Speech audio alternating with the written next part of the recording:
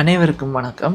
இன்றைய நாளிலே ஆஸ்திரேலியாவிலே ஒரு மிகப்பெரிய கொடூரமான தாக்குதல் சம்பவம் ஒன்று இடம்பெற்றுள்ளது. அது எங்கேன்னு சொல்லி பார்த்தீங்கன்னு சொன்னா, இப்ப ஆஸ்திரேலியாவின் தலைநகரமான சிட்னியில் இப்ப என்ன நடந்ததுன்னா, அங்க இப்ப இங்க மாதிரி மியூசிக் ஈவென்ட்கள் நடக்கும் தானே, இப்ப பீச் சைட்ல இல்லாட்டி ஒரு ஸ்டேடியத்தில. அதே மாதிரி ஆஸ்திரேலியா சிட்னியில பொண்டி என்ற ஒரு பீச்ல, அந்த பீச்சு கிட்ட இருக்கிற ஸ்டேடியம் அங்க ஒரு ஃப்ரீ ஈவென்ட் ஒண்ணு நடந்திருக்கு. Music event. இப்ப அத பார்க்குறதுக்கு கணக்கு மக்கள் போயிருக்கணும். அது சானுக்கா பை த சீ என்ற ஒரு ஈவென்ட் ஒண்ணு அங்க நடந்திருக்கு. இப்ப அதுக்காக போயிருக்கேன். இப்ப எங்களுக்கும் ஆஸ்திரேலியாவுக்கும் 5:30 மணித்தியால வித்தியாசம் இருக்கு. இது நடந்தது கிட்டத்தட்ட ஒரு 3:30 மணித்தியாலத்துக்கு முதல்.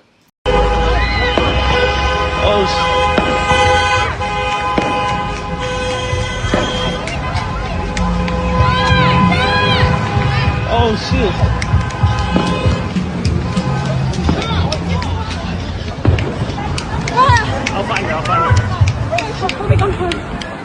அப்ப அங்க மக்கள் போன இடத்துல என்ன நடந்ததுன்னு சொன்னா, 2 பேர் திடீரென்று சரமாரியா மக்கள நோக்கி சுடவழிக்கிட்டினான். இப்ப யார் சுட்டவே, ஏன் சுட்டவேன்னெல்லாம் தெரியாது. அதை இனித்தான் போலீஸ் கண்டுபிடிக்க போயிடும். அதில் சுட்ட 2 பேரில் ஒரு ஆள் வந்து இறந்துட்டார். இன்னொருத்தர் வந்து இப்போ அங்கே இவெண்ட்டுக்கு போன ஒருத்தர் வந்து பதுங்கி போய் அவரை பிடிச்சு போலீஸ்கிட்ட ஒப்படைச்சிருக்கிறார். இதை நீங்கள் சோஷியல் மீடியாவில் இருக்கிற சின்ன காணொலிகள் மூலமாக பார்க்கக்கூடியதாக இருக்கும்.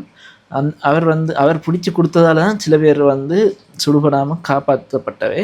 இப்போ இப்படியான ஒரு நிகழ்வு வந்து இப்படியான ஒரு, அதாவது ஒரு யோசிச்சு பாருங்கள், ஒரு ஞாயிற்றுக்கிழமை பின்னணி. இப்போ உதாரணத்துக்கு நாங்கள் கொழும்புல இருக்கிறோம், நாங்கள் கோல் ஃபேஸுக்கு போகிறோம்னு சொன்னால், அங்கே கோல் ஃபேஸுக்கு போய்க்குள்ள இப்படி ஒரு சம்பவம் நடக்குதுன்னு சொன்னால் இவ்வளோ பதட்டமாக இருக்கும்.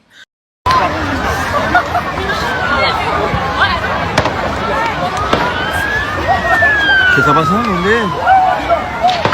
Alicia, escucha, Alicia, porque está pasando algo. Algo está pasando, pero no sé qué. Pero ¿dónde va la duro?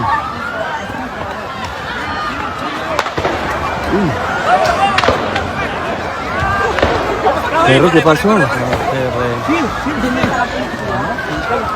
Sí, vámonos ya. அதே நேரம் இப்போ ஆஸ்திரேலியா மாதிரியான ஒரு பாதுகாப்பான நாட்டில் இப்படி நடக்குதுன்றது இந்த உலக நாடுகளுக்குள்ள ஒரு பேசுபொருளாக மாறி வரும். என்னன்னு சொன்னால், இப்போ அங்கே ஒரு இவெண்ட்டுக்கு போய்களை இப்படி நடக்கல. நாளைக்கு கிறிஸ்மஸ் கிட்டி கொண்டு வருது, அதுக்கு ஒரு ஈவெண்ட் வைக்கிறதுக்கே சனம் பயப்படும். என்ன அப்படி ஒரு ஈவெண்ட் நடக்கல, அங்கே கூடைக்குள்ளே என்ன பிரச்சனை நடக்கும், யார் இவே வந்தவே, ஏன் சுட்டவே என்றது எல்லாம் தெரியாமல் சனத்துக்கு மனக்குழப்பமாக தான் இருக்கும். இப்போ பார்த்தீங்கன்னு சொன்னால் கிட்டத்தட்ட 10 பேர் இறந்திருக்கிறான், 11 பேர் காயமடைஞ்சிருக்கிறான். இறந்த 10 பேரில் ஒரு ஆள் வந்து ஷூட்டர், போலீஸ் சுட்டு கொண்டிருக்கிறான். அந்த 2வது ஷூட்டர் வந்து இப்போ இவரால் பிடிக்கப்பட்டு அவரும் பிடிக்கக்குள்ள இவர் தப்பி விடாமல் இருக்கிறது, காலில் அப்படி சுட்டுருக்கு. அதே மாதிரி போலீஸும் சுட்டதில் அவர் கொஞ்சம் கிரிட்டிக்கல் கண்டிஷனில் இருக்கிற அவரை பிடிச்சாதான் இப்போ ஏனிவே இப்படியான ஒரு நிகழ்வு நடந்ததுன்றதை போலீஸாலேயே மறைஞ்சு கொள்ளக்கூடியதாக இருக்கும். இப்போ அங்கே இருக்கிற மக்கள் வந்து இப்போ நீங்கள் போன ஆட்கள் இல்லாட்டி உங்களோட நண்பர்கள் போயிருந்தால் பாதுகாப்பாக இருப்பின வந்து நம்புகிறேன். இப்போ அங்கே இருக்கிறார்கள் சொல்லுங்கள், இப்போ கீழே கமெண்ட் பண்ணுங்கள் என்ன மாதிரி நிலவரம்னு சொல்லி. ஏனெண்டா வெளியில் பெருசாக நியூஸ் ஒன்றுமே வேற இல்லை, கொஞ்சம் நியூஸ். இப்போ நான் பிபிசி, அல் ஜசீரா போன்ற இணையதளங்களுக்கு போனால் மட்டும்தான் நியூஸ் வருது. வேறு யாரும் இதை பற்றி வெளியில் அறிவிக்கலை. இப்போ என்ன வெளியில் அறிவிக்கலைன்னா நிறைய நியூஸ் வந்து வெளியில் வேற இல்லை.